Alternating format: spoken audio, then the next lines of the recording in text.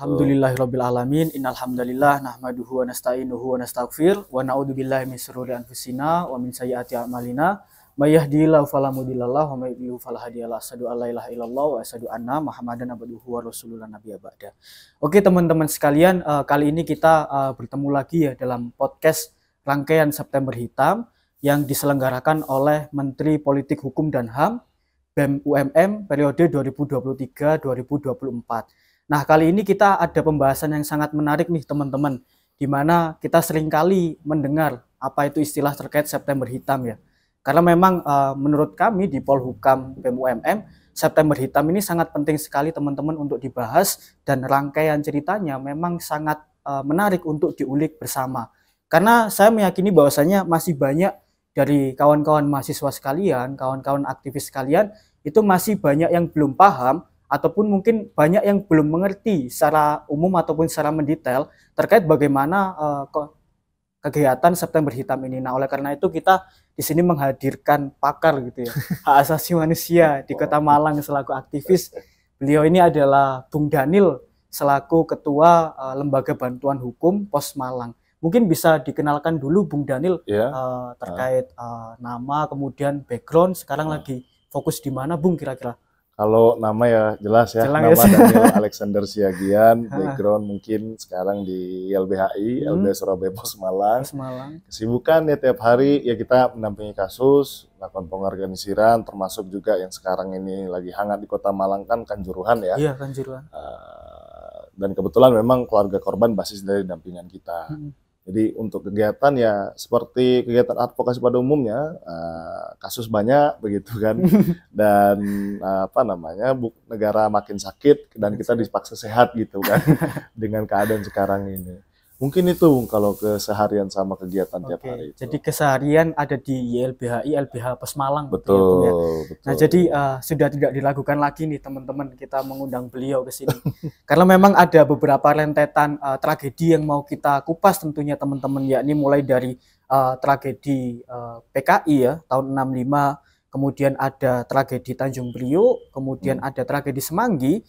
Kemudian kita akan membahas juga tragedi Talangsari, tragedi 98, tragedi Munir, dan yang terakhir kita akan fokus pembahasan di tragedi Kanjuruhan nih Bung.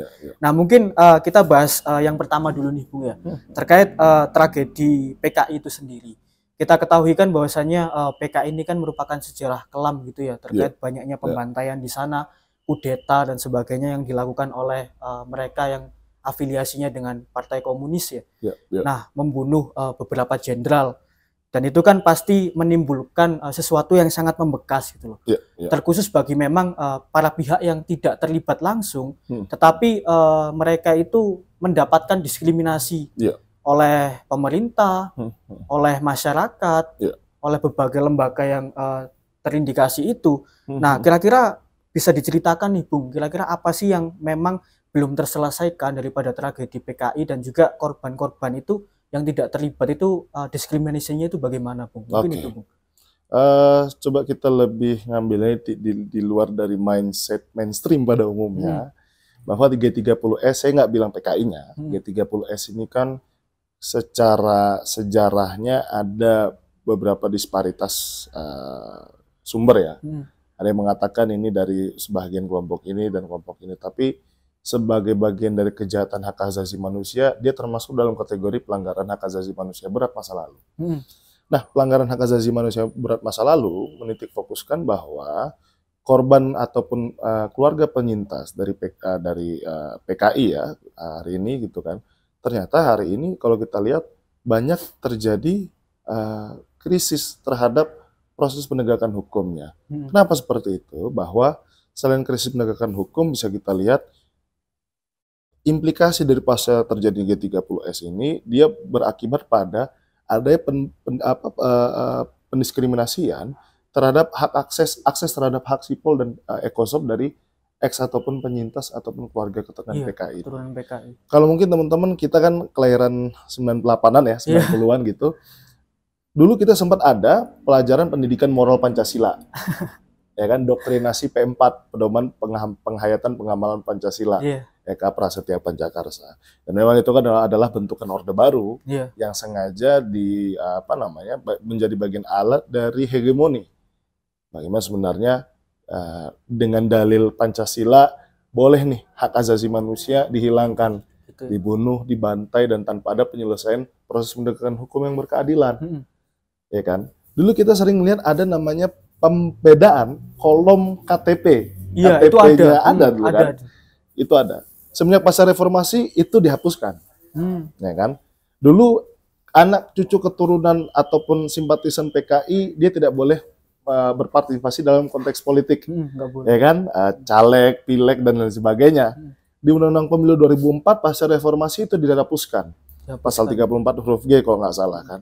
Nah, jadi diskriminasi tersebut selain tidak ada proses penegakan hukum yang berkeadilan, dia berentet kepada akses pemenuhan secara hak ekosom dan sipolnya.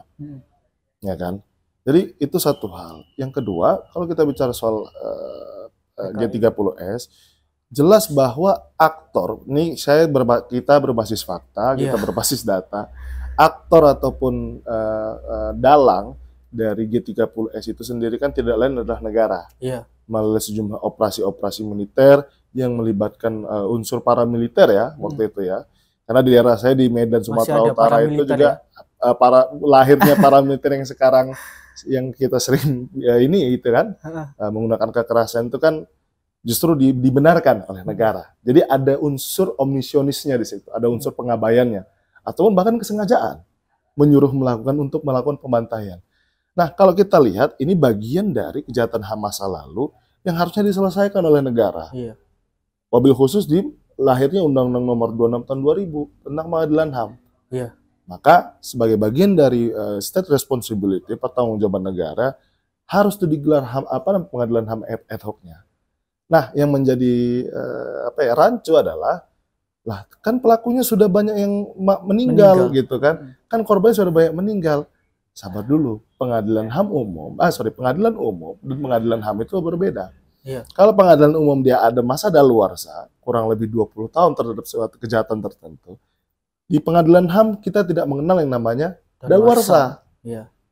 Jadi bisa diadili walaupun terduga pelakunya itu sudah dalam tanda kutip meninggal. Jadi itu satu hal. Yang waktu itu ya kalau kita lihat kekuasaan yang bercokol adalah Jenderal Panglima Besar Soeharto. Ya kan? Yang secara langsung dengan serangkaian unsur yang kalau kita lihat dikorelasikan ke unsur pelanggaran HAM berat masuk semua. Tapi hari ini kan negara nggak ada pertanggungjawabannya secara pro justisia. Digelar itu pengadilannya itu tidak pernah ada. Barang itu sampai sekarang terhadap pelanggaran HAM berat masa lalu tidak pernah ada, Bu. Ada dulu di kerusuhan AB Pura dan pelakunya lepas. Kayak Kanjuruhan. Angin yang disalahin gitu kan.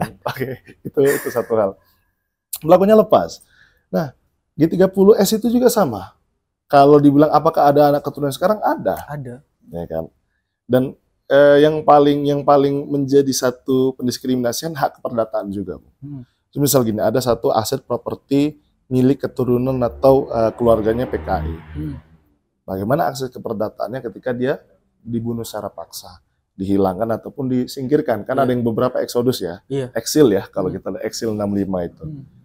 Itu juga pengaruh terhadap keperdataannya, termasuk ke aset propertinya, kepemilikan aset propertinya.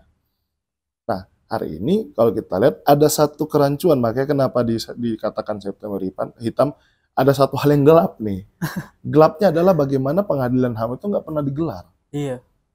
Dalam sejarah perkembangan negara Indonesia gitu kan. Kalau katanya negara Indonesia negara hukum, tapi kok hukum nggak dijunjung tinggi gitu ya. Kalau memang dikatakan bersalah, ya itu bukan ranahnya secara politik.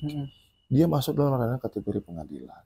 Itu mungkin Bung, sekilas ya gambaran soal gitu. Tadi juga disebut terkait itu ya Bung ya, Undang-Undang Nomor 26 Tahun 2000. Betul. Nah, itu kan sebenarnya kalau memang Indonesia itu merasa tidak mampu untuk menangani kasus pelanggaran HAM, makanya saya berpikiran kadang-kadang ya kenapa kita nggak gabung sama Statuta Roma gitu loh. Status Roma. Supaya kita punya akses lain gitu loh selain negara gitu loh. Betul.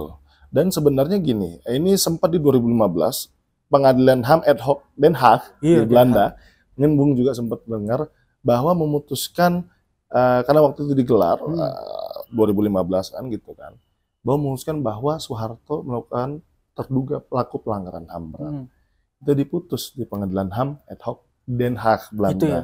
2015.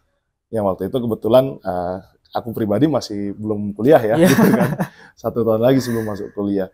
Nah, itu tidak diteruskan dan tidak dilaksanakan gelar pengadilan HAM ad hoc itu di Indonesia. Padahal sudah masuk bagian daripada concern internasional, dunia internasional, lebih khusus terhadap perkembangan hak asasi manusia ya.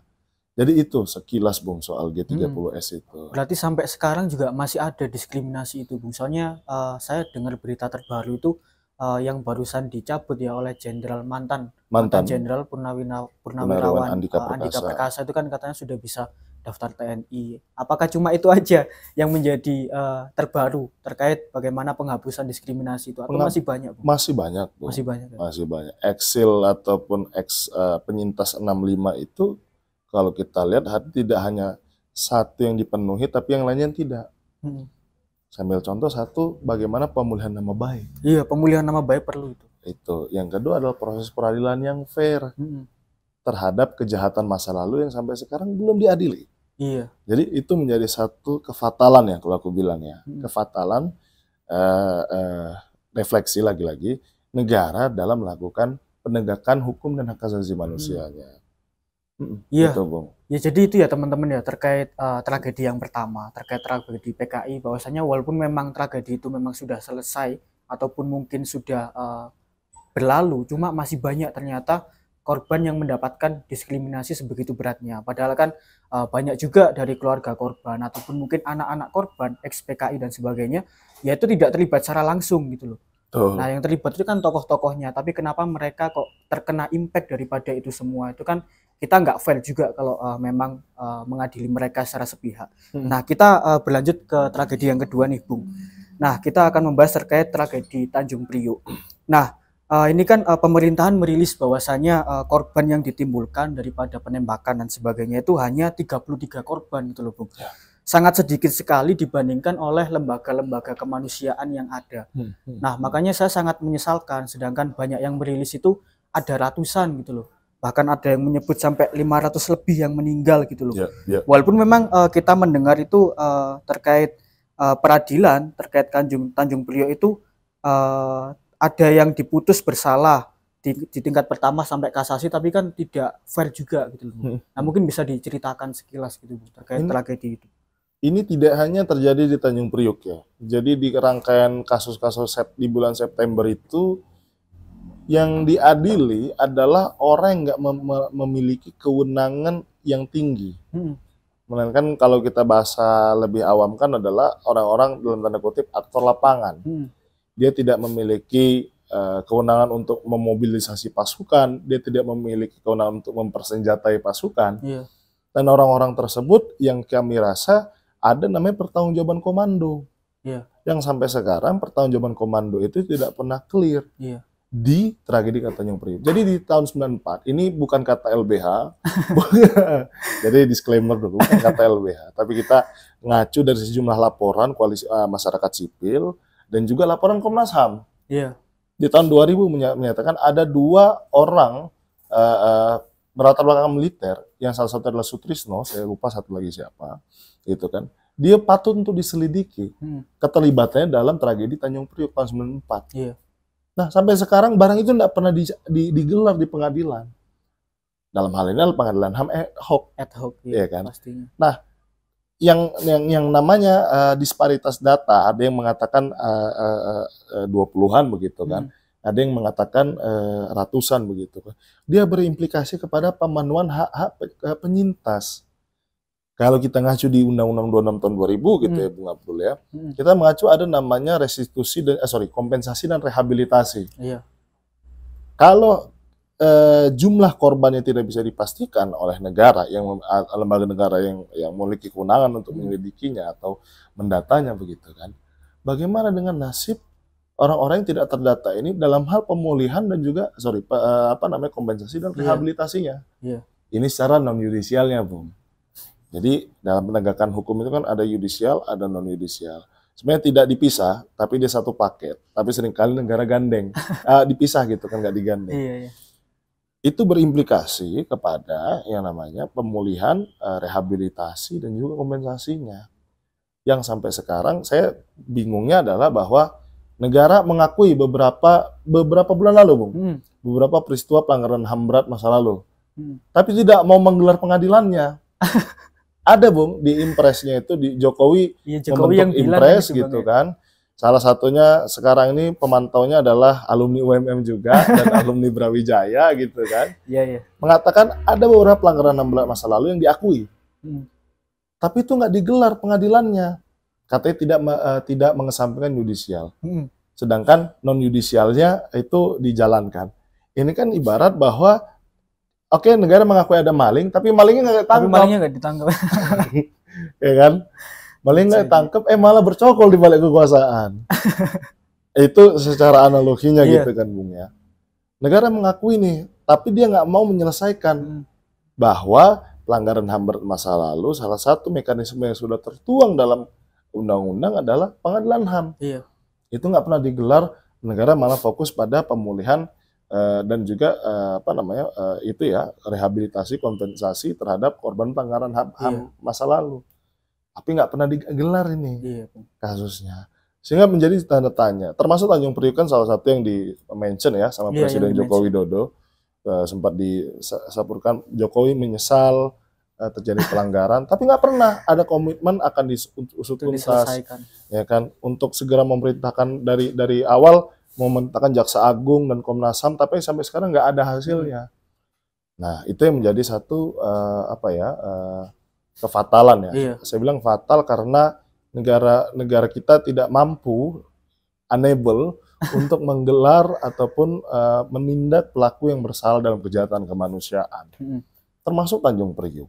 Iya, soalnya kan kalau kita lihat juga banyak sekali keluarga korban itu yang nggak tahu ayah saya ini kemana gitu loh. Betul. Keluarga saya ini kemana gitu. Tiba-tiba hilang tanpa jejak, kemudian tidak ada pertanggungjawaban daripada negara itu tadi. Nah, pihak negara bilang 33, lah kok ini ratusan, kok span-nya beda jauh. Artinya gitu. Ada disparitas yang sangat disparitas yang sangat jomplang. Dia berimplikasi pada pemenuhan hak korban. Itu fatalnya. Nah, itu berarti tugas ya untuk calon-calon presiden ke depan. Kira-kira bisa nggak untuk menyelesaikan pelanggaran HAM? Capresnya ada terduga pencuri aktivis 98. Siapa itu? Nanti kita bahas. Ya. Sangat mengerikan gitu ya podcast kita pada kesempatan kali ini. Oke, itu tadi terkait tragedi Tanjung Priok. Kita selanjutnya beralih ke tragedi yang selanjutnya. Oke, sambil diminum nggak? Sambil ngopi ya? Iya, sambil ngopi. Iya, santai aja. Jadi kita selanjutnya beralih ke tragedi Semanggi nih, teman-teman. Kita ketahui kan tragedi Semanggi ini kan terjadi 2 kali ya, yaitu yang tragedi Semanggi 1 yang terjadi di bulan November, kemudian yang kedua itu tragedi Semanggi 2 yang memang terjadi di bulan September pada 24 September 1999. Nah, pada kesempatan ini tragedi Semanggi itu kan banyak sekali memang yang prosesnya itu belum terhenti, bahkan sampai sekarang itu ibu-ibu daripada korban itu kan masih menyuarakan itu ya. Saya lihat mereka itu turun aksi di setiap Kamisan itu ya, untuk menyuarakan bagaimana pertanggungjawabannya. Nah, saya dengar-dengar juga tragedi Semanggi ini prosesnya juga terhenti di kejaksaan gitu loh, Bung. Terhenti di kejaksaan karena memang kalau kita balik lagi Undang-Undang Nomor 26 Tahun 2000 itu kan mekanismenya itu kan harus melalui Komnas HAM terlebih dahulu ya, Bung. Kemudian Komnas HAM mengeluarkan keputusan, kemudian beralih ke Jaksa Agung, kemudian ke DPR, Presiden baru ke pengadilan. Bukan seperti itu, Bung? Nah, kemudian cuma kan kalau kita lihat tarik record kembali ya, bahwasanya itu yang mengeluarkan terkait bukan pelanggaran HAM itu kok DPR gitu loh. Kemudian itu diikuti oleh Jaksa Agung. Nah, mungkin sepengetahuan saya seperti itu, Bung. Mungkin kalau dari sudut pandang Bung Daniel gimana, Bung? Satu gini, memang ada satu kerancuan atau kebiasaannya yang menetapkan status apakah ini pelanggaran HAM berat atau bukan lembaga politik negara. Misalnya DPR gitu. Dia harus melalui serangkaian penyelidikan dan penyidikan dugaan pelanggaran HAM berat masa lalu itu secara komprehensif. Yang jelas itu bukan kewenangannya DPR. Bukan. Karena bukan otoritasnya. Bukan kewenangan, bukan responsibilitasnya.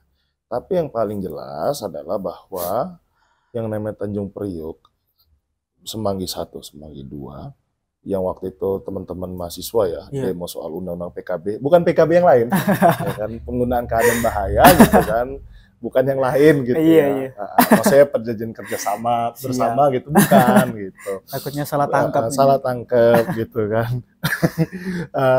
Itu ada 12 orang, ada 11 orang yang meninggal ya. Jadi peluru itu kan dia memiliki nomor seri. Nomor seri itu kan kita bisa mencek dia dari mana, dibentuk oleh siapa, dikasih oleh siapa, dan kemudian dipersenjatai oleh siapa. Jelas nih. Jadi nggak serta-merta peluru itu nembak sendiri kan nggak. Nah, yang menjadi permasalahan adalah bahwa kalau kita lihat skema kejahatan hak asasi manusia itu, dia ada beberapa layer.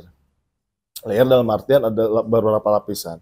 Lapisan yang seringkali negara lakukan adalah aktor lapangannya diadili, udah diadili dengan putusan yang ringan atau putusan yang nggak berkeadilan, tutup perkara, tutup rapat-rapat.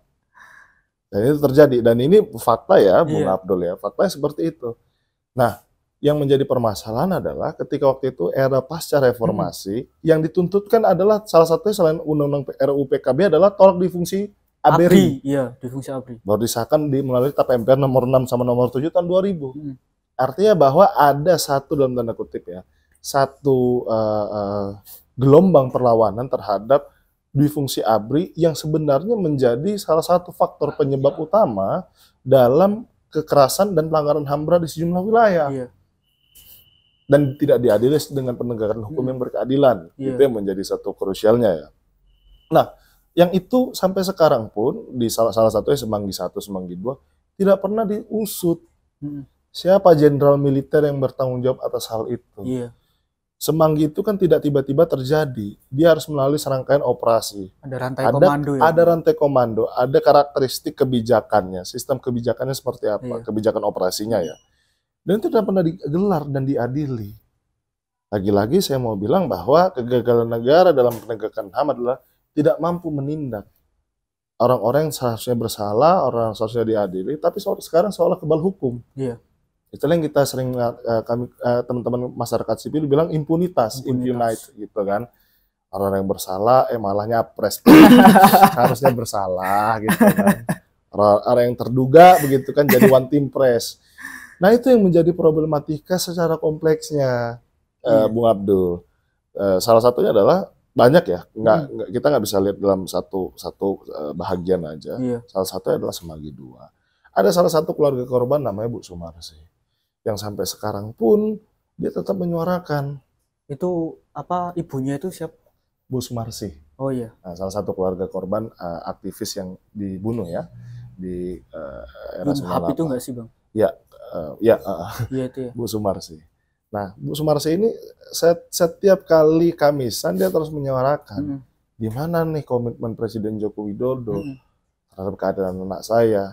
Ya kan? Sampai sekarang pun itu tidak pernah digelar pengadilan itu. Lagi-lagi orang yang bersalah lolos dari jeratan hukum. Lagi pelanggaran hak asasi manusia begitu kan. Nah, itu Bung, kira-kira kalau yang di Semanggi 2 ya, September. Lagi-lagi kan sangat disayangkan gitu Bung. Soalnya kan memang orang-orang yang terlibat dalam skema tragedi tersebut itu kan masih hidup sampai sekarang. Dan mungkin beberapa ada yang nyapres gitu ya. Betul. Ini aman atau enggak? Ya usahakan aman lah ya. Kita menyuarakan aja gitu. Betul. Kalau nggak terima, datang ke sini gitu ya. Kita kasih bukti-buktinya. Betul, gitu ya. Basisnya dari fakta kok. Makanya kan banyak juga teman-teman mahasiswa, masyarakat juga dan sebagainya. Nah, mereka itu kan kebanyakan nggak tahu siapa pemain di balik layar gitu loh. Nah, kebanyakan yang mereka tahu ya mereka ya cuma pemain politik ini dan sebagainya. Padahal mereka punya hutang yang sangat besar gitu loh terhadap sejarah gitu loh, terhadap pelanggaran hak asasi manusia. Nah, makanya kalau memang ada pelanggaran-pelanggaran yang memang seharusnya kita suarakan ya harus memang kita suarakan ya Bung. Nah, saya juga hampir sudah nggak percaya gitu loh pun sama peradilan di Indonesia. Gitu. Kenapa kita nggak segera meratifikasi terkait Statuta Roma supaya memang ya peradilan-peradilan HAM itu kalau memang tidak terselesaikan di Indonesia ya kita bawa ke ICC gitu loh. Saya juga kasihan sama keluarga korban menuntut setiap Kamis, setiap ini dan sebagainya, cuma tidak ada tindak lanjut gitu loh. Presiden dan sebagainya. Kalau memang itu ada kesempatan untuk kita alihkan ke ICC, itu kan menjadi angin segar tentu ya bagi keluarga korban. Salah satu caranya, betul. Ya, mungkin itu teman-teman terkait tragedi Semanggi 2 ya secara lebih spesifik. Nah, selanjutnya kita akan membahas terkait tragedi Talang Sari nih, Bung.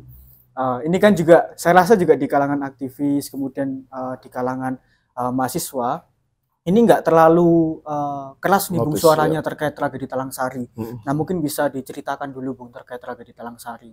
Jadi ini balik lagi ya, Heeh. kilas peristiwanya dari 99 tarik lagi ke 90 awal 80 akhir gitu kan.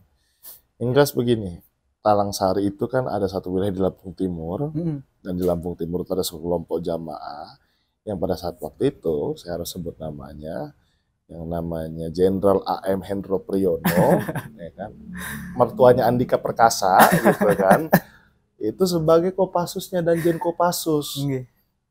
Nah, artinya ada dugaan Ada aman, dugaan. Aman. ada dugaan keterlibatan Jenderal A.M. Hendro Priyono terhadap pembunuhan ini melalui persenjataan, operasi yang terjadi di Talang Sari. Dengan hal itu juga menjadi satu temuan yang itu berbasis fakta di laporan Komnas HAM juga. Begitu kan. Nah, permasalahan lagi-lagi permasalahan Talang Sari hanya dilihat sebagai tragedi kemanusiaan tanpa ada penyelesaian yang berkeadilan. Nah, jadi kalau kita lihat aktor relasi kuasa dan orang-orang yang masih hidup sekarang ini, dia masih berstatus dalam tanda kutip terduga yang harusnya diselidiki dong. Diperiksa itu barang, itu orang, kamu terlibat atau enggak. Kan waktu itu kamu jenderalnya, kamu yang danjennya gitu, komandan jenderalnya gitu kan. Special Force ya, Kopassus. Dan sampai sekarang pun belum pernah ada digelar. Nah, yang mau saya tambahkan gini Bung Abdul, ada beberapa orang yang sebenarnya dia patut terduga yang harusnya diadili dalam pengadilan HAM, baik itu ad hoc maupun pengadilan HAM biasa pasca Undang-Undang 26 terbentuk gitu kan, yang sampai sekarang itu tidak pernah diadili. Ada namanya A.M. Hendro Priyono, waktu itu Danjen Kopassus, dan ketika Talang Sari dia terlibat langsung. Dan bahkan teman-teman bisa melihat dalam beberapa rekor media dia mengatakan, iya saya melakukan penembakan dan saya menyuruh anak buah. Ada di situ kan, ada catatannya gitu kan. Di laporan Komnas HAM juga ada. Nah, beberapa orang-orang ini yang termasuk juga yang pada saat 98, salah satunya adalah Jenderal TNI Wiranto, yang sekarang Ketua Wandimpres, yang pada saat waktu itu adalah Panglima ABRI.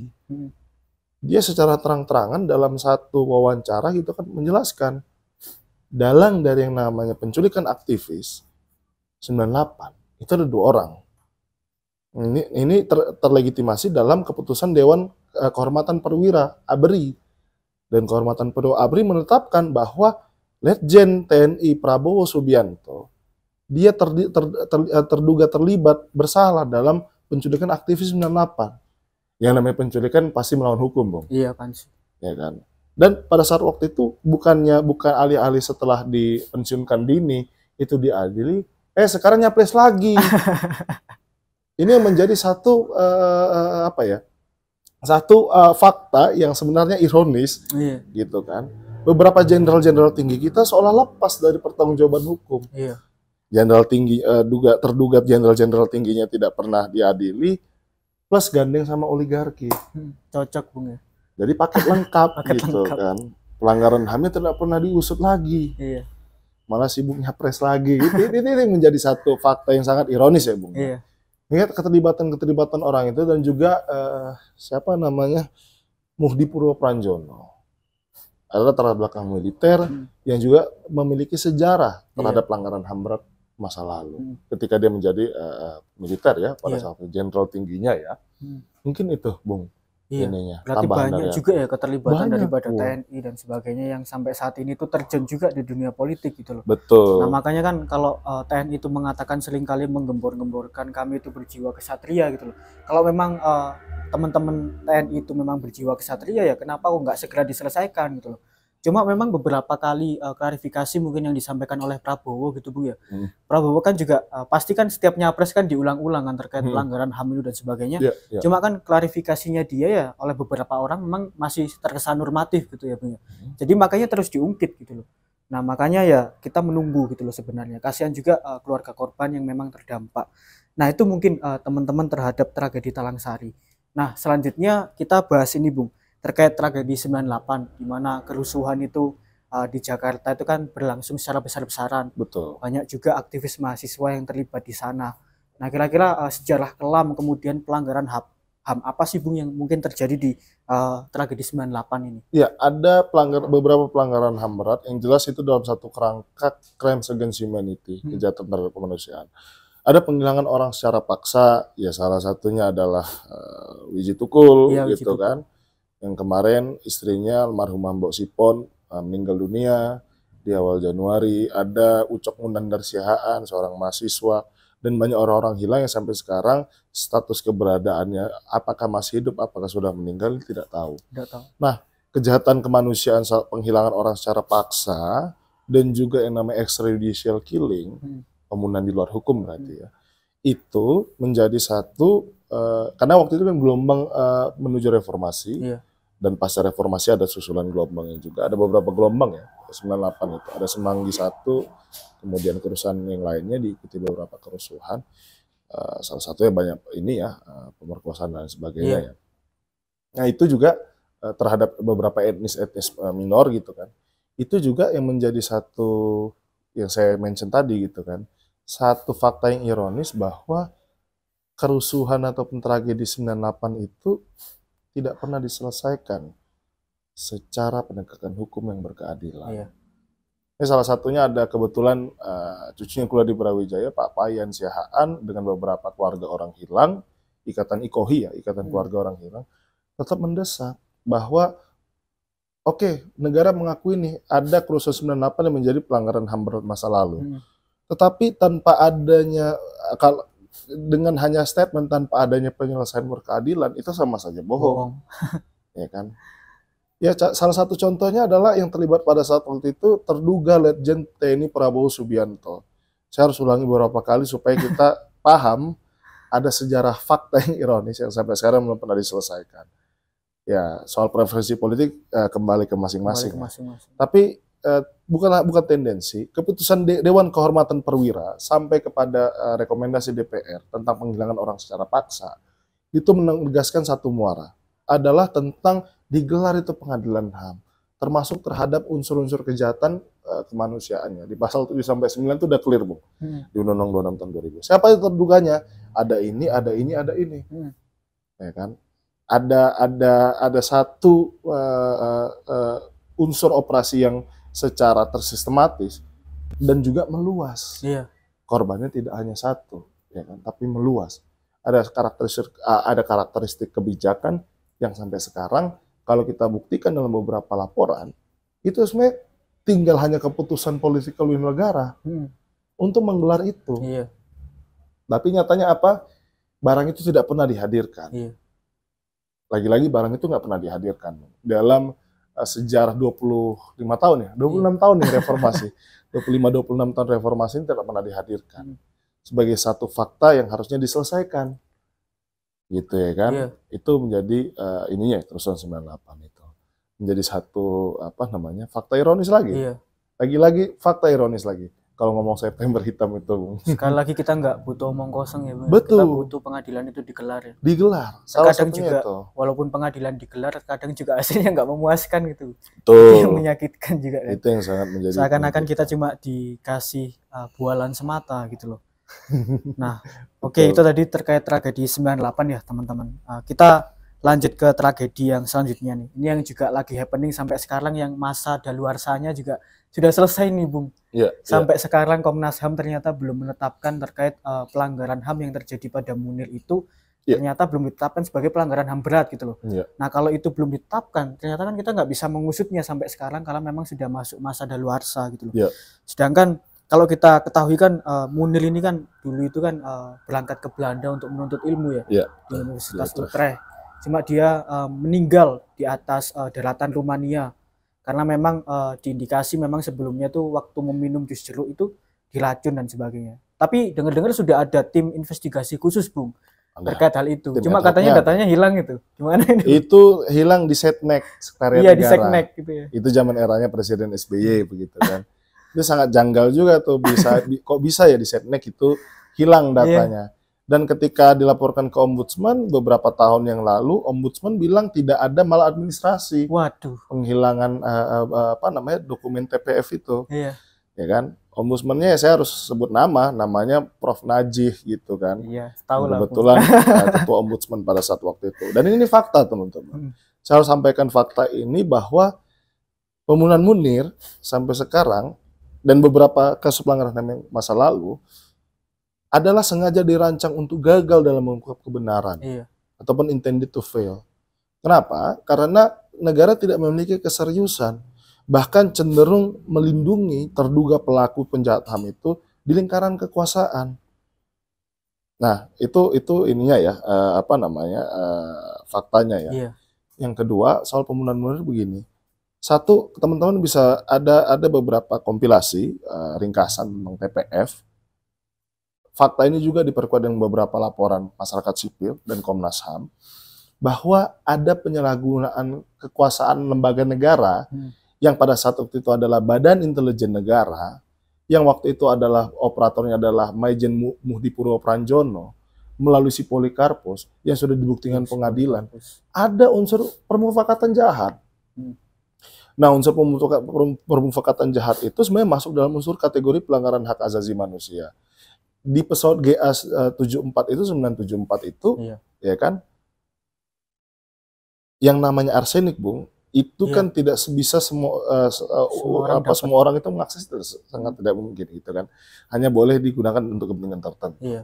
Dan itu jelas dalam proses otopsi almarhum Cak Munir begitu kan. Ada senyawa arsenik yang kandungannya itu bisa melumpuhkan gajah gitu ya, kalau nggak salah begitu kan. Nah, itu yang pertama. Ada penyalahgunaan kekuasaan lembaga negara melalui Badan Intelijen Negara yang pada saat waktu itu kalau kita lihat rekamannya berapa kali Polikarpus menerima panggilan dari Maijen Muhdi Purwo Pranjono. Berapa kali setelah Munir diracun, dia mengatakan saya mendapatkan ikan besar. Ya kan? Dan itu fakta semua teman-teman, bisa teman-teman lihat di beberapa catatan dokumen-dokumen negara gitu kan. Dan kemudian yang pada saat waktu itu melakukan operator lapangannya adalah Polikarpus. Ini dari hamin berapa hari, hamin berapa jam, sampai ada pemalsuan begitu kan, difasilitasi oleh Dirut Garuda, yang pada saat waktu itu Garuda Indonesia nih gitu kan. Faktanya ada. Ya waktu itu gitu kan, itu beberapa kali mengganti jadwal penerbangan, menanyakan kepada istrinya Cak Munir, yang sampai sekarang Mbak Suci masih hidup nih, bisa langsung ditanyakan ke beliau. Yang dokumen TPF itu harusnya dia sudah ada mengerucut ke beberapa nama. Dokumen tim mencari fakta kasus Munir itu mengerucut pada beberapa nama, yang semua nama-nama tersebut adalah aktor dari lembaga negara. Aktor dari lembaga negara. BUMN Garuda adalah milik BUMN. Maijen Muhdi Purwo Pranjono itu adalah Deputi 5 Penggalangan BIN. Yang ketuanya waktu itu adalah mertuanya Andika Perkasa, Bung Abdul. Jenderal AM Hendro Priyono. Ya kan? Terduga. Jenderal AM Hendro Priyono. Yang sampai sekarang AMHP, MHP, dan beberapa terduga lainnya itu, bahkan di fakta penyelidikan kasus Munir, AM Hendro Priyono ingkar ataupun mangkir dari panggilan Komnas HAM. Ya kan? Karena dalam beberapa statement dia bilang itu tidak ada kewajiban. Itu kan nggak ada kewajiban memenuhi panggilan. Padahal secara jelas, nyata dan lugas bahwa Komnas HAM memiliki kewenangan yudisial dalam penyelidikan pelanggaran HAM berat. Memang dalam perjalanannya hampir 19 tahun ya. Besok 7 September 19 tahun. 19 tahun tanpa keadilan ini menjadi satu akumulasi dari kebobrokan negara dalam pelanggaran HAM berat. Nah, apa yang bisa membuktikan bahwa pembunuhan almarhum Munir Said Thalib itu adalah merupakan pelanggaran HAM berat? Selain dia digunakan oleh lembaga negara, kemudian ada unsur pemufakatan jahat. Yang itu yang harusnya dalam unsur pasal 9 itu ya, begitu kan. Dan harus dibuktikan extrajudicial killingnya. Dia tidak dilakukan oleh orang-orang yang dalam tanda kutip tidak memiliki akses terhadap arsenik, akses terhadap informasi keberangkatan dan lain sebagainya. Nah, perjalanan 19 tahun tidak ada titik terang, bahkan sampai dokumen TPF di tahun 2009 ya, kalau nggak salah ya. Itu hilang di setnek gitu kan. Dan itu menjadi satu ganjilan lagi. Dan kemudian Komnas HAM Jokowi ya kan karena pimpinan tertinggi negara, kepala negara ketika 2014 mengatakan ketika dia capres akan menyelesaikan kasus pelanggaran HAM berat. Yang tertuang dalam nawacita. Untuk para Jokowers jangan tersinggung. Nawacitanya tidak pernah dilaksanakan dalam hal penegakan hukum dan HAM. Sekarang terduga pelanggar HAM jadi Menhan. Itu yang menjadi kegelisahannya ya. Iya. Gitu kan. Nah, nawacita dalam hal penegakan pelanggaran HAM berat itu tetap tidak pernah digelar. Era Komnas HAM yang waktu itu adalah Ahmad Taufan Damanik, ketuanya 2017 sampai 2022, berjanji akan menyelesaikan, berjanji akan menyelesaikan penyelidikan pelanggaran HAM berat kasus Munir. Yang sampai di akhir periode, ya kan, katanya udah membentuk tim ad hoc, sampai periode pergantian Komnas HAM tidak ada kejelasan.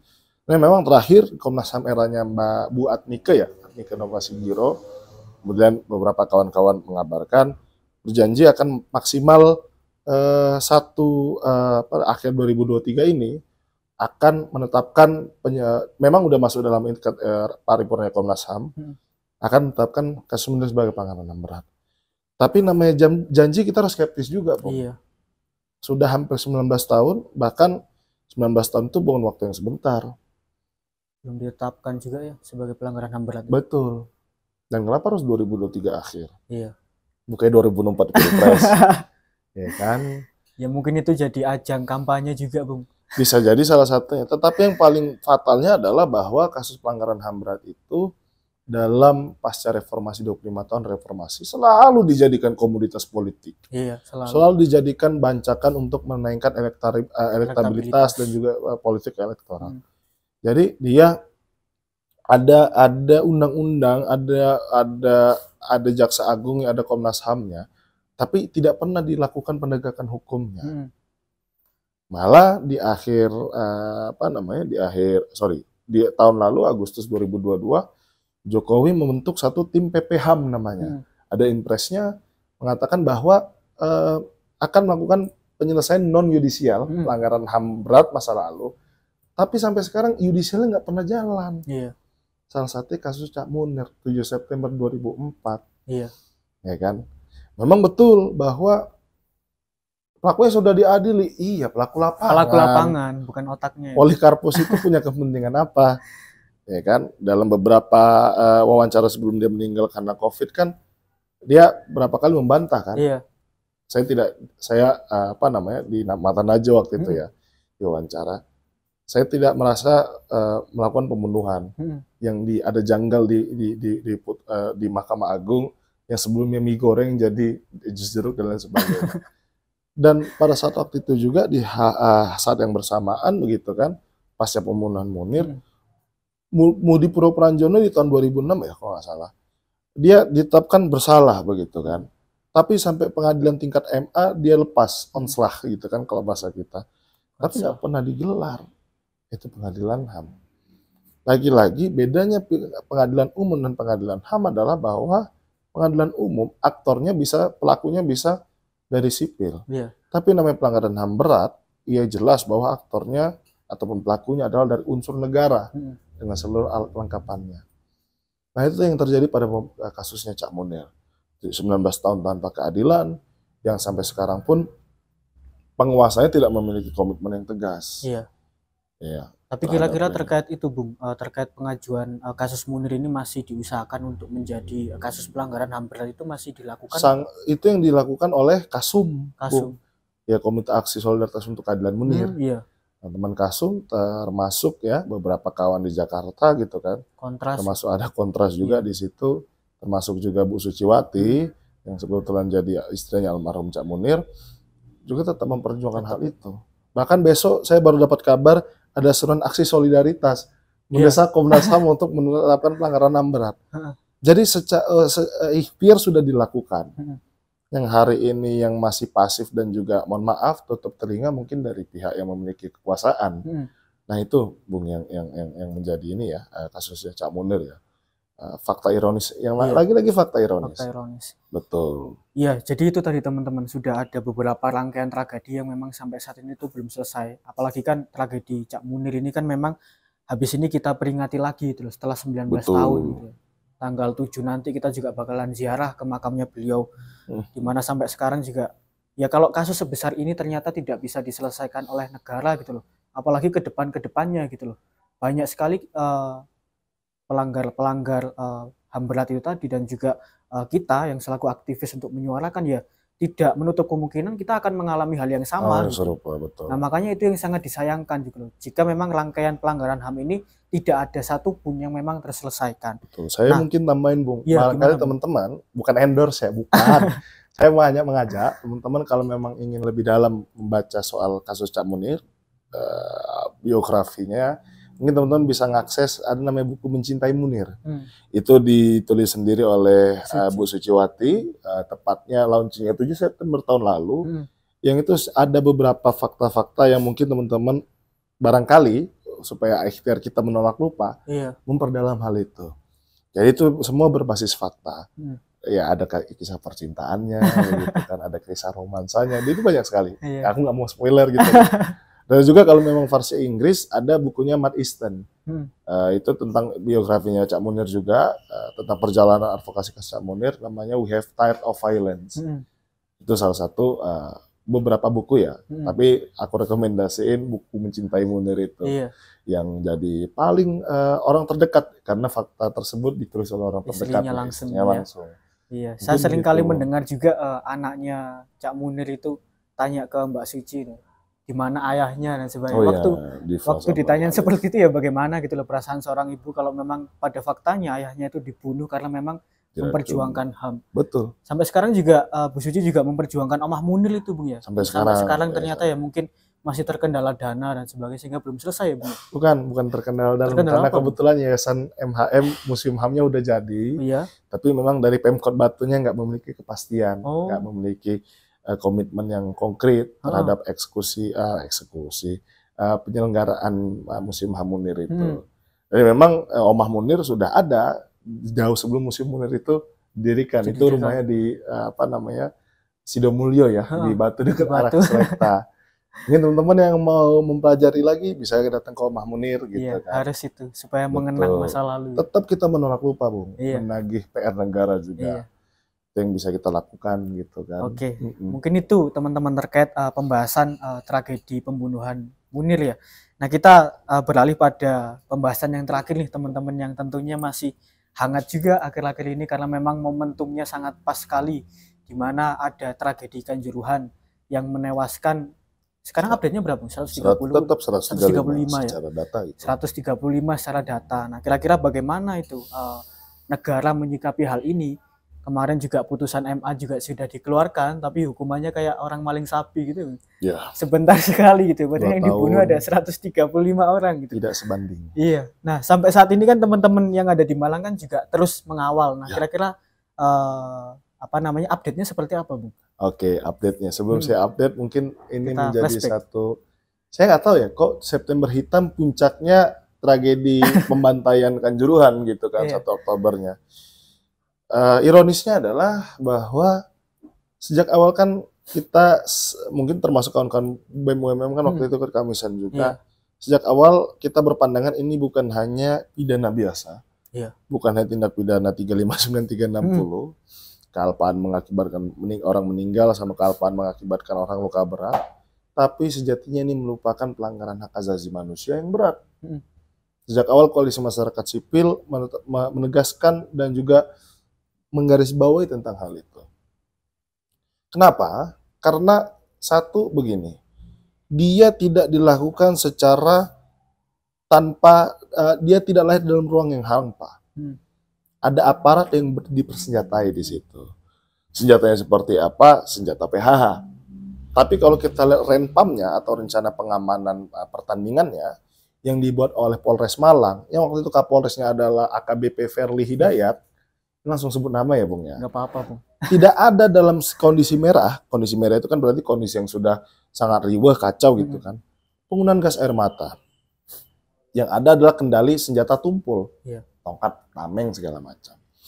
Yang kedua adalah bahwa pengerahan 2034 pasukan dengan anggaran kurang lebih, kalau data kemarin itu kan penganggaran gas air mata itu hampir 1,7 triliun, Bung. Banyak juga. Banyak, tapi kegunaannya untuk seperti, mohon maaf, manusia yang ada di Stadion Kanjuruhan kayak hama, ya kan? Dan orang-orang yang terduga melakukan serangkaian aksi kejahatan kemanusiaan ini tidak pernah diadili. Saya ambil contoh begitu kan, ada namanya, jadi gini, Bung Abdul dan kawan-kawan, Brimob itu secara perkap dia bisa dikendalikan oleh 2 orang. Satu adalah Kapolda, yang kedua adalah Kapolri. Jadi penggunaan kekuatan Brimob itu tunduk kepada perintah Kapolda dan Kapolri, bukan perintah Kompol. Kompol ya. Kompol itu melatih 1 yang disidangkan kemarin itu. Nah, itu yang pertama. Yang kedua adalah bahwa keterlibatan perwira tinggi termasuk TNI dan Polri gitu kan, Pangdam Brawijaya, Pangdam 5 Brawijaya, dan juga terduga Kapolda Jawa Timur pada saat waktu itu adalah Irjen Niko Afinta Karo-Karo, yang pada saat pasca kejadian dia bilang penembakan gas air mata sudah sesuai prosedur. Itu ada teman-teman, bisa teman-teman lihat di media gitu kan. Ini kan soal dalam tanda kutip membela ataupun defensif gitu kan, terhadap kesalahan, kefatalan tindakan yang mengakibatkan ratusan orang meninggal dunia. Nah, yang menjadi miris adalah per tanggal 7 Oktober 2022, Listio Sigit mengumumkan ada 6 terdakwa. 3 dari polisi, 2 dari unsur sipil, Panpel sama security officer, dan 1 di Rut LIB, Ahmad Hadian Lukita. Nah, yang sangat disayangkan adalah bahwa penggunaan pasalnya ringan, 359, 360 itu kalau teman-teman buka di KUHP tidak sampai 7 tahun ancaman maksimal penjaranya. Pembunuhan biasa itu mana? Enggak, kealpaan, Bu. Oh, kealpaan ya? Jadi, mohon maaf ini agak miris. Pasal yang digunakan ketika supir ngantuk, ngebut, kecelakaan, banyak orang meninggal dunia, supir bus ngantuk. Serius, Bu. Iya, pernah dengar. Mirisnya seperti itu. Teman-teman kalau misal melihat beberapa kasus penggunaan pasal 359, 360 itu terhadap supir bus ngantuk, ngebut, kecelakaan, banyak orang meninggal. Itu. Atau ada anak tenggelam tapi dibiarin. Itu kan kealpaan mengakibatkan meninggal dunia. Unsur pidana itu ada 2, ada kesengajaan, ada kealpaan. Dolus ataupun culpa. Secara langsung, teman-teman kan yang di sini pernah lihat ya, video Brimob gagah ya, gitu kan. Pasukan Brimob itu menembakkan gas air mata ke arah tribun. Ternyata tidak ada dalam berita rekonstruksi. Nggak ada. Kejanggalan yang paling bisa kita lihat, rekonstruksi per 19 Oktober 2022 tidak dilakukan di Stadion Kanjuruhan. Di Mapolda Jawa Timur. Padahal TKP-nya nggak di situ. di situ. Kemudian dari 20 sampai 30 adegan, 20 sampai 25 adegan tidak mereka ulang adegan penembakan gas air mata ke dalam tribun. Fatal loh, Bung. Fatal. Satu, fatalnya adalah keluarga korban nggak dilibatkan, saksi mata yang melihat secara langsung mengalami dan merasakan tidak pernah dilibatkan. Yang ketiga adalah adegan penembakan gas air mata ke tribun itu tidak pernah diikutsertakan. Dan itu dibawa di sidang pengadilan negeri Surabaya 16 Januari sampai 16 Maret. Edian, ya kalau bahasa medianya, putusan hakim menyalahkan angin gitu kan. Lo ada di putusan PN nomor 11, PN Surabaya nomor perkara 11 sampai 15 itu ada. Karena angin tertiup gitu kan. Di putusan juga menjelaskan bahwa terdakwa Has Darmawan sebagai Danki 3 Brimob Porong menyuruh melakukan anggotanya ke lapangan lintas lari dan juga pagar tribun. Ini udah janggal ya, Bung. Pagar tribun, padahal udah jelas ada yang ke tribun, ada yang ke bahagian tribun berdiri, tribun duduk. Itu tidak pernah diusut. Sampai operator lapangannya, mungkin teman-teman bisa lihat ada abang-abang Brimob ganteng gagah gas air mata gitu kan. Itu sampai sekarang operator ataupun orang yang menembakkan tidak pernah dijadikan tersangka. Itu Bung, fotonya di belakang itu, yang gagah itu. Nah, betul. Abang-abang Brimob yang gagah. Ini belum pernah diuji dalam persidangan, Bro. Kalau saya lihat memang tragedi Kanjuruhan ini sama seperti pelanggaran HAM berat yang lain, dia intended to fail. Dia sengaja dirancang dan didesain untuk gagal dalam mengungkap kebenaran. Dengan serangkaian fakta-fakta yang sebenarnya sangat janggal, dan itu dipertontonkan secara langsung, Bung. Itu dipertontonkan secara langsung. Kemudian update yang memang menjadi satu kegelisahan kita adalah bahwa Komnas HAM tidak pernah melakukan penyelidikan ulang terhadap dugaan pelanggaran HAM berat tragedi Kanjuruhan. Karena laporannya tanggal 2 November 2022 lalu tidak menjelaskan tentang tentang unsur pasal 42 ayat 2 Undang-Undang 26 tahun 2000. Ada namanya pertanggungjawaban komando dalam TNI Polri, ya kan? Teman-teman kalau lihat bahwa prajurit TNI juga terlibat dalam kekerasan yang dilakukan terhadap supporter dan dihukum tidak kurang dari 6 bulan. Jadi bayangkan teman-teman, supporter yang dipukulin terlepas mereka salah ya, pitch invading, hanya dihukum 6 bulan. Dan polisi yang melakukan penembakan gas air mata tidak pernah dijadikan tersangka. Komandan Brimopnya, komandan kompinya hanya dihukum 1,5 tahun. Ingat teman-teman, 1,5 tahun dia nggak di PTDH, tidak dipecat. Di Perkap itu tidak dipecat karena di bawah 3 tahun, ya kan? Ya kan, belum pengurangan masa tahanan, catatan kelakuan baik, remisi. Ini faktanya teman-teman, faktanya begitu, ya kan? Dan orang yang diadili adalah orang berlevel pangkat rendah. Yakin Kompol itu mengorganisir 2034 pasukan? Nggak mungkin. Secara awam saja kita bilang tidak mungkin. Mereka itu dipersenjatai dengan dana, dengan jumlah pasukan, itu lengkap dengan rantisnya dan lain sebagainya. Itu ada pertanggungjawabannya. Nah, pertanggungjawabannya ini yang tidak pernah dibuka ke publik. Ya kan memang kalau ditinjau seperti itu kan memang seharusnya ada rantai komando yang ada rantai jelas. Komando yang jelas. Kalau memang mereka kepolisian yang memang berpangkat rendah dan sebagainya, pasti mereka menaati perintah, dan itu kalau di dalam hukum kan ya nggak masalah sebenarnya. Yang harus dihukum sebenarnya orang-orang yang ada di atas itu. Yes. Yang menjadi fatal lagi begini, Bung. Di salah satu persidangan gitu kan, karena kebetulan teman-teman tim kami di LBH Malang gitu kan, memantau dari bulan Januari sampai bulan Maret. Salah satu keterangan saksi apar waktu itu bilang, kami merasa tidak bersalah menembakkan gas air mata karena kami sudah sesuai prosedur Perkap nomor 1 tahun 2009. Ini mohon maaf ya Bung ya, karena kebetulan kita juga ikut di koalisi masyarakat sipil untuk reformasi sektor keamanan, SSR.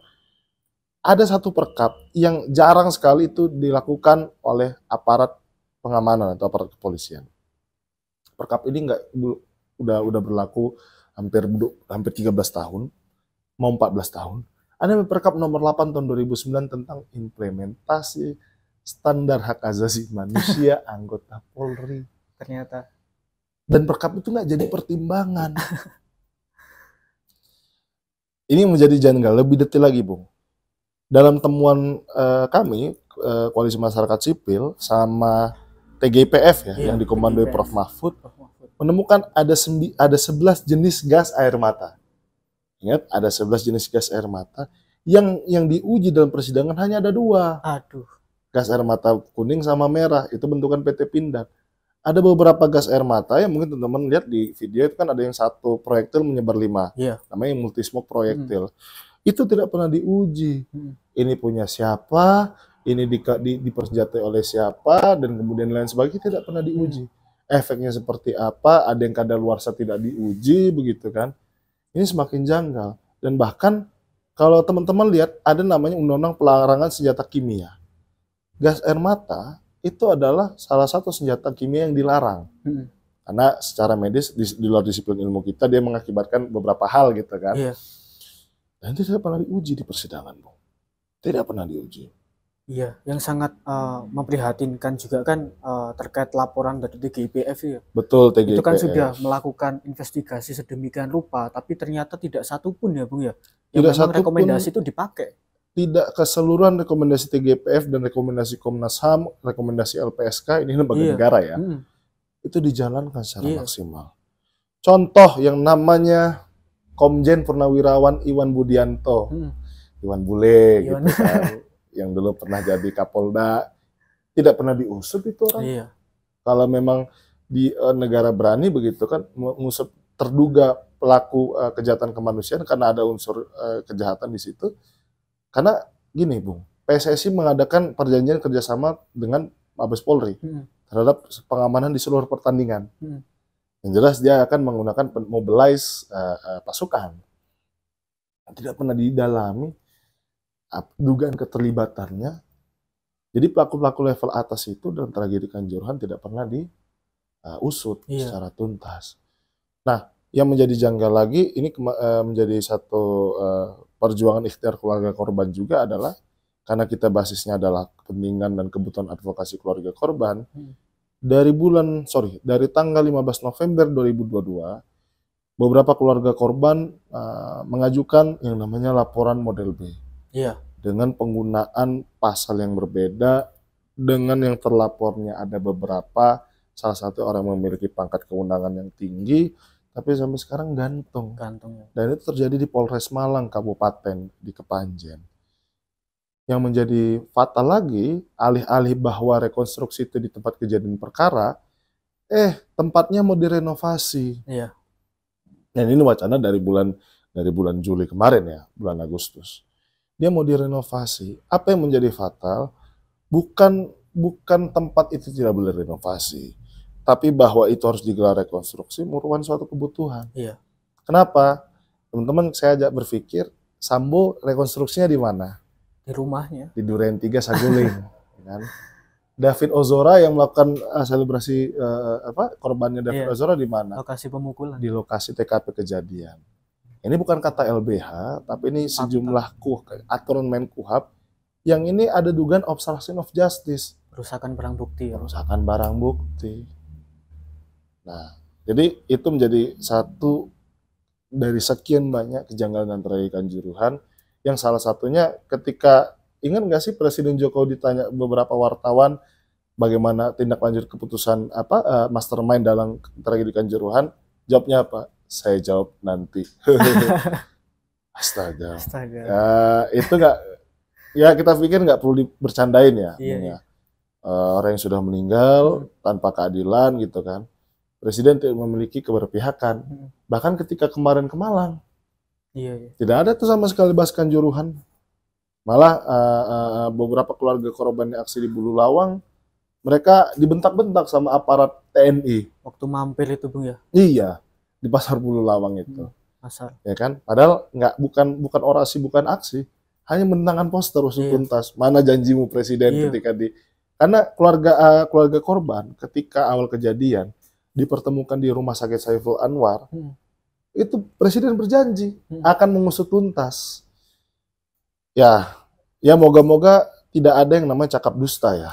Moga-moga gitu kan. Tapi ya saya pikir hari ini Presiden kurang ataupun tidak memiliki keberpihakan terhadap keadilan keluarga korban. Hanya fokus benda mati, karena renovasi itu kan dari pemerintah pusat. Tapi mohon maaf, tidak membahas keadilan terhadap orang yang sudah mati. Gitu, Bung. Iya, makanya kita juga sangat menyayangkan gitu loh, kalau memang rekonstruksi itu terjadi, bisa jadi di sana banyak sekali novum yang memang belum terindikasi gitu loh oleh pihak-pihak yang terkait. Makanya kalau kita mau mengajukan mungkin pengajuan persidangan kembali, kan Mahkamah Agung juga sudah mengeluarkan kalau kita mau mengajukan PK, kalau memang novum itu tidak ada kan juga bermasalah gitu loh, nggak bakalan selesai kasus ini gitu loh. Nah, oleh karena itu juga kita ya harus terus mengawal ya terhadap kasus ini. Mungkin ada yang disampaikan lagi, Bung, terkait Kanjuruhan. Ya, memang Kanjuruhan ini banyak disinformasi ya. Beberapa upaya pengembosan, pemecah belahan. Ya, salah satunya adalah kelompok supporter juga, itu seringkali dipecah. Tapi saya mau bilang begini, ini yang pernah dibilang oleh almarhum Cak Munir. Fokus dan keberpihakan itu, jadi ruh dari advokasi gerakan itu adalah korban. Jadi fokus terhadap keputusan kehendak daripada korban itu sendiri. Dalam hal ini adalah keadilannya.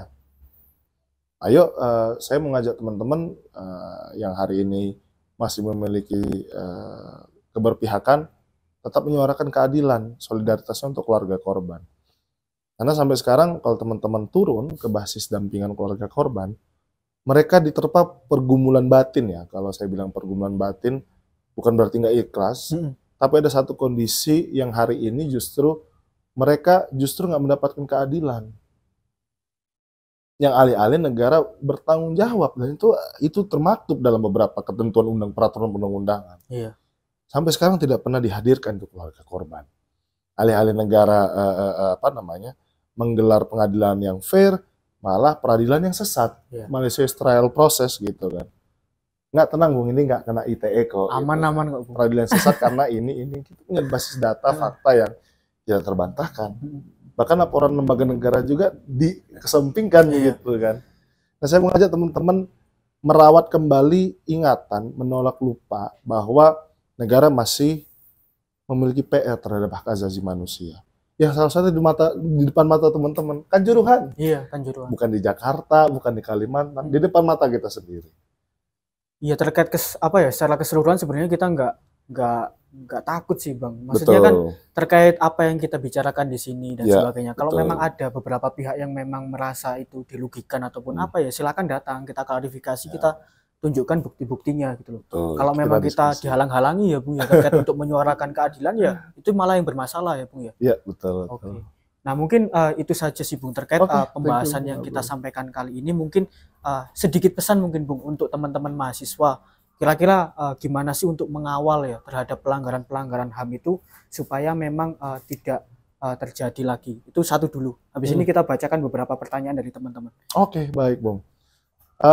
Untuk kawan-kawan mahasiswa ya, karena aku masih mahasiswa juga. Yang pertama, bahwa mahasiswa itu memiliki yang namanya idealisme, dan idealisme itu dipupuk dan dibangun melalui tindakan aksi dengan standing keberpihakan yang jelas. Tidak bias gitu kan. Tidak kabur, tidak rancu. Maka salah satu upaya kita dalam penegakan HAM, salah satu aktualisasi terhadap kerja-kerja hak asasi manusia. Yang salah satunya adalah melakukan turun ke bawah, turun ke keluarga korban, turun ke basis dampingan, turun terhadap korban-korban pelanggaran HAM. Dan itu menjadi satu keistimewaan bagi saya, bahwa mahasiswa memiliki privilege itu. Iya. Saya bilang privilege karena tidak semua orang bisa mengenyam pendidikan tinggi, ya kan? Tidak semua orang bisa bersekolah, tidak semua anak buruh itu dia mendapatkan jaminan pendidikan. Adapun biasanya negara pakai KIP, tapi KIP nggak menyelesaikan persoalan juga, Bung. Atau bidik misi juga nggak menyelesaikan persoalan. Mungkin itu sih, Bung, sebenarnya. Kita lanjut ke pertanyaan teman-teman nih, Bung. Jadi kemarin kita sempat sehari kita menghimpun pertanyaan. Mungkin kita pilih 2 atau 3 pertanyaan gitu ya. Gimana teman-teman pertanyaannya? Oke, pertanyaan yang pertama itu dari username IG Rizky di .31.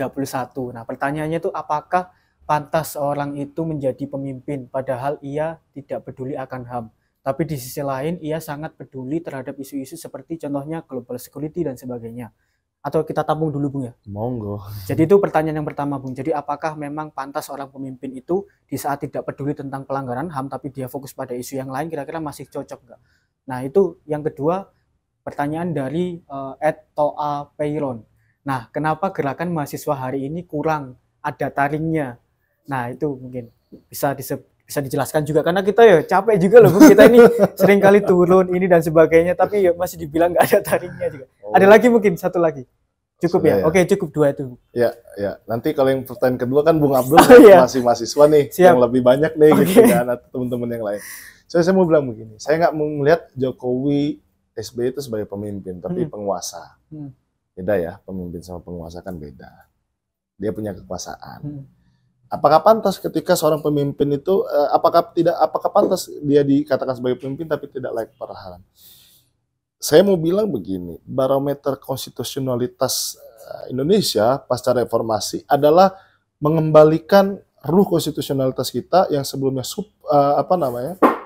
supremasi institusional terhadap supremasi konstitusional, dalam hal ini ada supremasi hukum. Jadi kan tuntutan reformasi ada 3, ya kan? Hapus KKN, supremasi hukum dan supremasi sipil, melalui cabut di fungsi ABRI, TNI, gitu kan. Tapi lebih bahas soal global security. Saya mau bilang begini, ini kebetulan karena ada concern aku juga di situ soal reformasi sektor keamanan atau security sector reform, bahwa kalau negara paham dalam sektor keamanan itu dikenal ada dua aspek, ada dua sudut pandang. Ada yang namanya state securities. Ini pandangan sangat awam, sangat kuno sekali, sangat konvensional. Yang kedua adalah human securities, keamanan manusia. Jadi mengembalikan ini dalam agendanya UNDP, di PBB, UNDP, bahwa salah satu agenda pengembangan pemajuan hak asasi manusia adalah mengubah paradigma state securities atau keamanan negara, atau kalau kita bisa bilang adalah Kamdagri, menjadi keamanan berbasis pada manusia.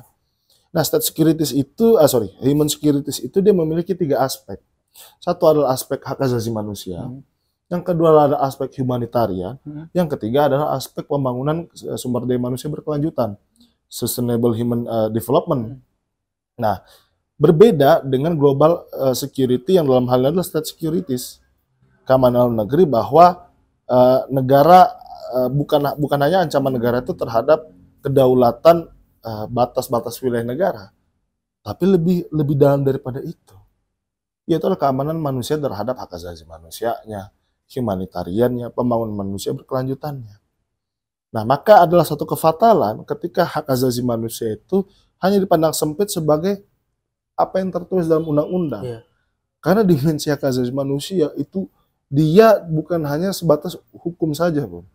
Masuk kepada landasan filosofis, dia masuk dalam kerangka yang paling fundamental.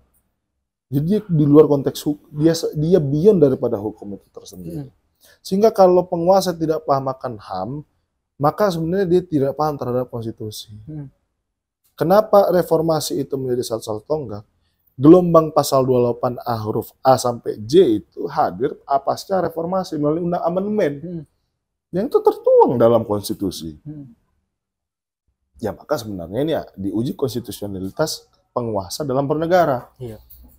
Bahkan dalam salah satu pasal Undang-Undang Nomor 39 Tahun 1999, pasal 74 mengatakan bahwa negara menjamin tiap-tiap warga negaranya dalam hal pemajuan, pengembangan, perlindungan, pemenuhan hak asasi manusia yang tidak boleh dicabut sama sekali.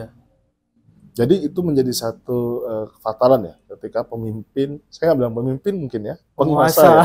Kalau penguasa tidak paham soal duty holder. Dia sebagai pemangku kewajiban. To respect, to fulfill, and to protect. Not to eliminate gitu kan. Bukan untuk dieliminasi, diberhangus hak asasi manusia warga negaranya. Termasuk pembunuhan, pembantaian ke tragedi Kanjuruhan, pembunuhan Cak Munir dan beberapa tragedi September Kelam ya, September Hitam. Itu mungkin, Bung. Oke, untuk pertanyaan yang kedua ini. Nah, Bung dulu deh kayaknya yang lebih kalau dari saya pribadi ya, teman-teman, kenapa kok pergerakan mahasiswa saat ini itu mungkin tidak kelihatan taringnya ya? Ya mungkin kultur yang memang terbangun di kalangan aktivis kemahasiswaan, mungkin dengan kebanyakan orang-orang itu kan meromantisasi gitu. Bagaimana apa yang mereka aktivis lakukan pada tahun 98, kemudian tanpa dikontekstualisasikan dengan perkembangan saat ini gitu. Tentu kan kultur daripada aktivis dan juga kemahasiswaan itu berbeda, teman-teman. Nah, saya juga nggak boleh mengatakan bahwasanya teman-teman itu nggak berjuang gitu loh. Karena memang pada kenyataannya teman-teman pun banyak gitu. Teman-teman UMM, teman-teman UB, teman-teman Unisma, UM, Poltek, semuanya lah yang tergabung dalam BEM Malang Raya, di teman-teman Kamisan, semuanya tuh ikut terlibat untuk mengawal kasus ini gitu loh. Nah, mungkin memang ada beberapa oknum yang memang itu membuat gerakan itu tidak lagi memiliki taring gitu loh. Di mana gerakan itu hanya dimanfaatkan sebagai momentum semata, di mana mereka itu turun aksi tapi substansinya nggak paham. Yang penting sudah memenuhi dokumentasi Instagram mereka, maka itu sudah dianggap sebagai membela hak korban gitu loh. Nah, itu kan yang sering kali kita dapatkan gitu loh. Mereka turun aksi tapi hanya sekedar untuk mencari popularitas daripada mereka turun aksi dan juga eksistensi di dalamnya gitu loh. Nah, itu yang sebenarnya kita khawatirkan. Kemudian juga terkait pola-pola komunikasi dengan pergerakan aksi, saya rasa memang harus ada kontekstualisasi. Misalnya sekarang itu kan dikenal yang namanya neo-aktivism gitu loh. Jadi selain kita menerapkan aktivisme yang sifatnya klasik, yaitu turun ke jalan dan sebagainya, kita juga harus menerapkan yang namanya neo-aktivism, teman-teman. mungkin dengan menyebarkan propaganda di media. Ya. Justru itu yang lebih masif lebih ya, Bung, efektif digital. Iya, betul, kalau ada perkataan bahwasanya polisi itu bertindak di saat berita itu viral, pada kenyataannya negara pun juga demikian gitu loh, untuk menanggapi HAM. Dan ini merupakan salah satu bentuk dari kita, teman-teman. Kita melaksanakan neo activism, kita membuat podcast dan sebagainya, kemudian kita nanti akan share di YouTube, TikTok dan sebagainya untuk mempropagandakan ini supaya memang teman-teman nanti terus teringat gitu loh dalam benak teman-teman, dan itu sampai kepada stakeholder ataupun mungkin jajaran negara, Polri, TNI dan sebagainya yang terkait untuk diteruskan dan diselesaikan terkait kasus ini. Mungkin itu, Bung. Iya, iya. Mungkin aku nambahin dikit aja ya, karena aku juga dulu di Kasrat, gitu kan di BMFHUD, skala fakultas. Tapi memang lagi-lagi otokritik ya teman-teman, otokritik. Iya memang secara sistem tidak memungkinkan gerakan mahasiswa itu dapat ruang yang sangat fleksibel di era pasca reformasi. Iya. Sekarang kita mengenal ada namanya, kalau dulu namanya komersialisasi pendidikan, guyonan kita mungkin ya yang di Malang ini, satu semester bisa beli iPhone 11 ya, UKT ya, satu semester, UKT atau SPP ya, satu semester bisa beli iPhone gitu kan. Artinya bahwa pendidikan kita tidak bisa, sistem pendidikan kita justru mengarah kepada bentuk komersialisasi yang sekarang sudah korporatisasi. Iya, iya. Contoh apa? MBKM. Nah itu salah satu yang kita lawan itu. Salah satu MBKM yang kita lawan, kan? Cuma ya atas dasar itu kita kekurangan aktivis sama organisatoris. Betul, karena sistem pendidikan kita justru mengarahkan kepada korporatisasi pendidikan. Korporatisasi berarti dia lebih cenderung pada nuansa yang birokratis. Iya. Ya kan, nuansa yang birokratis, maka tidak mungkin menciptakan paradigma atau kurikulum pendidikan yang bersifat kritis. Iya. Kritis yang dimaksud bukan hanya di dalam perkuliahan. Iya. Tapi dengan fenomena masyarakat gitu kan. Itu satu ya. Otokritik yang kedua, ini karena aku juga masih mahasiswa gitu kan. Otokritik yang kedua, seringkali kita terfragmentasi dalam gerakan sektarianisme. Nah itu Bang. Nah ini otokritik ya kawan-kawannya. Yang lagi kita jadi gini, contoh paling simpel, saya berlatar belakang Omek A. Dia berlatar belakang Omek B. Iya. Saya ambil contoh ya. Ambil contoh aja. Saya nggak akan mau bersampingan dengan Bung Abdul karena kita memiliki kepentingan yang berbeda, memiliki kepentingan politiknya berbeda gitu kan. Jadi fragmentasi dan sektarianisme itu justru memisah, mengkotak-kotakan ya kalau bahasa kita ya, mengkotak-kotakan gerakan mahasiswa. Oh kalau BEM-nya dikuasai oleh Omek A, Omek B nggak mau gabung. Oh kalau BEM-nya dikuasai Omek B, Omek A nggak mau gabung. Saya memiliki sejarah yang panjang sama UMM, Bung. Iya. Almarhum Mas Ilham Maulana itu dulu dari IMM of Klarong Teknik. Yang salah satu meninggal ya waktu adegan erupsi di Semeru. Salah satu kawan diskusi saya waktu kita kajian Ekopa. Dan saya nggak memiliki tendensi walaupun berbeda organisasi dengan mereka. Karena kita memiliki satu orientasi. Nah, fragmentasi dan juga sektarianisme itu justru mengakibatkan misorientasi. Iya. Akhirnya muncul tendensi, ya kan? Itu yang kedua. Yang ketiga, sebenarnya ini menjadi satu, ya saya pikir saya masih gelisah juga ya Bung ya. Saya masih gelisah karena teman-teman mahasiswa yang seharusnya menjadi punggawa, tapi ada namanya tindakan hipokrit. Iya, hipokrit. Ya, kalau bahasa Arabnya munafik gitu kan. Iya. Jadi saya sampaikan ke beberapa kawan-kawan yang masih gerak di mahasiswa, bahkan ke saya sendiri, kalau saya misalnya hipokrit ya silahkan. Dan kita sering seperti ini, Bung. Ini pengalaman pribadi ya. Banyak teman-teman dulu, banyak teman-teman yang teriak, Jokowi, mohon maaf ya gitu kan, mohon maaf. Jokowi antek asing, antek segala macam gitu kan. Pro-imperialis segala macam. Sekarang jadi PNS. Sekarang jadi masuk parpol, serius Bung, serius. Iya. Sekarang malah masuk ke parpol penindas gitu kan. Parpol yang ketua umumnya terduga pelanggar HAM gitu kan. Nah, hipokrit itu diperkuat dengan ada namanya sifat demagog. Ya mungkin saya masih mencoba belajar untuk, aku pribadi masih belajar untuk konsisten Bung. Demagog gini, seolah, ya naudzubillah gitu ya. Kita pro rakyat, kita anti penindasan, kita anti kezaliman segala macam. Tapi itu adalah motif untuk menaikkan kredit skor kita pribadi. Iya. Soal pro rakyat, tapi yang tujuannya adalah untuk orientasi individualistik. Dan itu yang efeknya adalah terjadi yang namanya dua penyakit biasa aktivis mahasiswa ini. Otokritik ya kawan-kawan. Otokritik. Star syndrome dan juga superiority complex. Star syndrome tuh wah abang-abang terkenal gitu kan, masuk media, masuk ini segala macam sehingga dia merasa keakuannya lebih penting.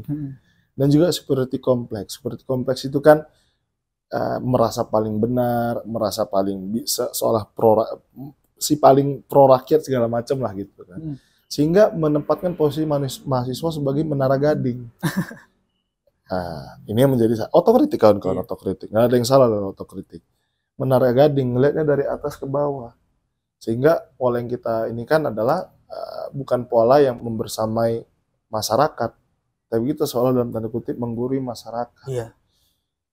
Nah, ini menjadi lingkaran setan ya. Dan Mas Eko Prasetyo dalam buku Bangkitlah Gerakan Mahasiswa, buku awal saya maba dulu, mengatakan hal serupa. Kita dibodohi oleh sistem, oke. Tapi kita juga memiliki musuh bagi dunia mahasiswa sendiri. Dan itu menjadi satu evaluasi gerakan mahasiswa. Ya, sambil contoh, kemarin gerakan 3 tahun terakhir ya, reformasi di korupsi, Omnibus Law, 2019. Dan tolak pemilu ya, 11 April 2022 kemarin.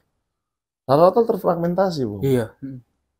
Ujung-ujungnya beberapa elit mahasiswa ngopi, makan malam sama wali kota, sama Kapolres. Dan saya dapat informasi dulu 2019, bukan sekarang. Karena faktanya masih ada kok, TKP masih ada, namanya loteng. Apa namanya? Dapat amplop, terus dalam tanda kutip menjaga kondusivitas, akhirnya bubar gerakan. Dan itu menjadi otokritik yang harus dihindari, tidak diulangi lagi. Itu Bung, kalau aku pribadi ya. Menarik juga Bung, tadi saya juga merasa itu ada di pola pergerakan kita gitu, apalagi yang fragmentasi. Kita sekali lagi dari BEM UMM itu kemarin mengusahakan gitu loh, Bung, antara elit mahasiswa yang namanya grassroots mahasiswa gitu loh. Betul. Gimana caranya kita tuh bisa bersatu gitu loh.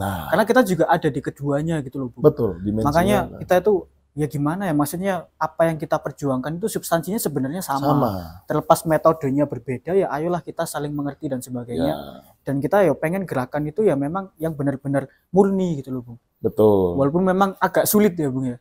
Agak kita sulit usahakan. Karena kita harus mereda ataupun meminimalisir ego sama coy kita, Bung. Konflik of interest. Ya saya mau bilang begini. Contoh demo Erick Thohir. Sebagian bilang ini kan hajatnya senior. Akhirnya kicep. Nah, kita harus meredam konflik of interest itu. Itu kan bukan kepentingan. Itu kan bukan kepentingan utama ya.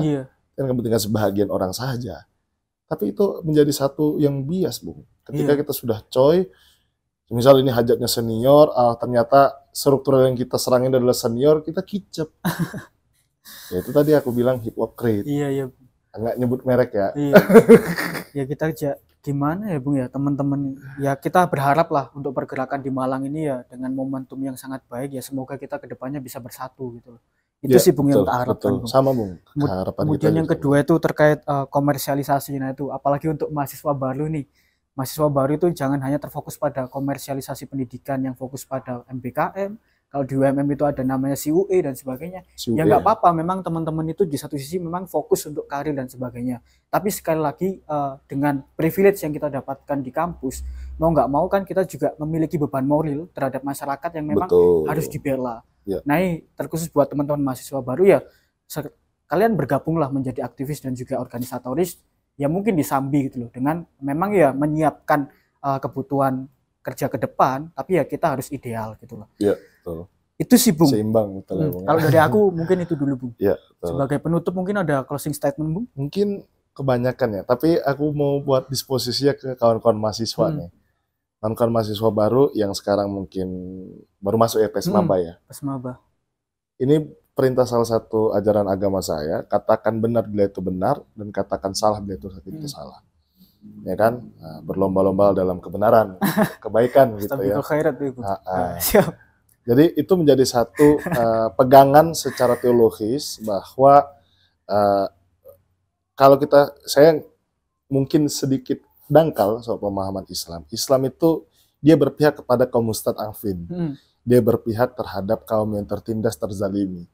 Dan menjadi satu, karena mahasiswa adalah kaum intelektual yang terdidik, maka adalah salah satu kewajiban membangun standing keberpihakan dan juga melakukan satu aksi untuk berpihak pada orang yang tertindas. Itu mungkin aku pribadi ya, kawan-kawan mahasiswa. Jadi jangan takut untuk mengkritik penguasa yang zalim, untuk mengkritik rektoratnya yang mungkin tidak berpihak, begitu kan, atau mungkin mengkritik kekuasaan, penguasa apapun itu. Selama teman-teman membela yang benar, dan selama itu pula tidak ada yang perlu ditakutkan. Mungkin itu aja. Oke, terima kasih banyak ya Bung Daniel atas pemaparannya tadi, sangat luar biasa sekali. Nah mungkin sebagai pesan terakhir mungkin kepada teman-teman sekalian, mahasiswa, aktivis dan juga organisatoris, ya marilah kita duduk bersama, marilah kita membangun aliansi yang baik, terlepas apapun itu latar belakang teman-teman gitu loh. Dari omek manapun, dari organisasi apapun, ya kalau memang kepentingannya rakyat, ayo kita duduk bersama, ayo kita bikin propaganda untuk menyelesaikan, menuntaskan terkait pelanggaran-pelanggaran HAM yang memang belum tuntas sampai saat ini. Mungkin itu saja yang memang bisa kita sampaikan pada kesempatan kali ini, Bung. Terima kasih banyak. Akhir kata, wassalamualaikum warahmatullahi wabarakatuh. Waalaikumsalam warahmatullahi wabarakatuh. Mungkin kita bisa foto. Boleh. Sertifikat ini.